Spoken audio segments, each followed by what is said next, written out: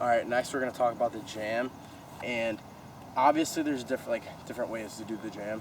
You can kind of do whatever you want, but I'll show you like a few different ones, and it all kind of depends on who you're going against and how you think you can disrupt that clamp, because the jam, I mean, unless it's your primary move, which I wouldn't recommend, should just be like a backup for you not being able to get the clamps, where you're kind of just making the face-off more of a war rather than like a clean clamping battle.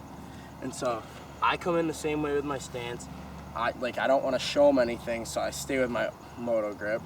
I don't change it up, and the main thing is to be super light on your hands. Like, they call it floating your stick. You barely want it to be touching the ground. Like, try to cheat and get your hands off the ground a little bit. They may say something, but like, just make them as light as possible.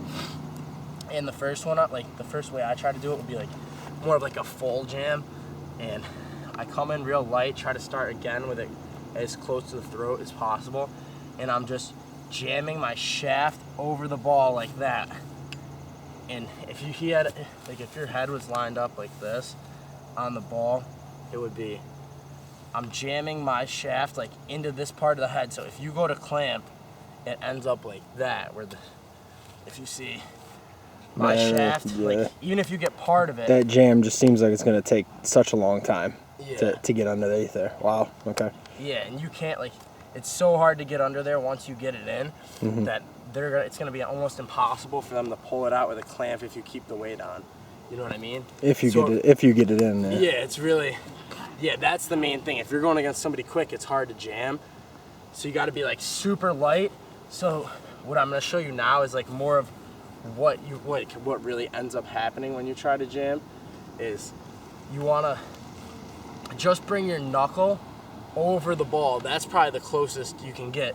Some people teach it that you can even get your head like on the ball like that, because that's the closest to the throat. But I find that real hard to do. So I'll float it and come here, and if I can get my knuckle on it, he's not clamping. Like, he's only gonna get some of the ball.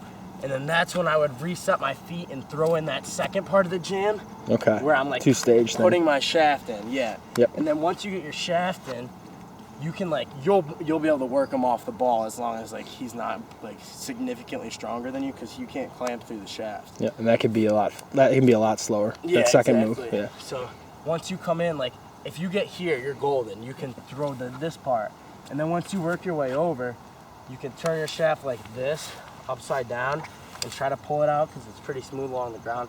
Or what I like to do is just put my thumbs together, because you're technically not touching the ball, and you just pull back like that. Okay. All right.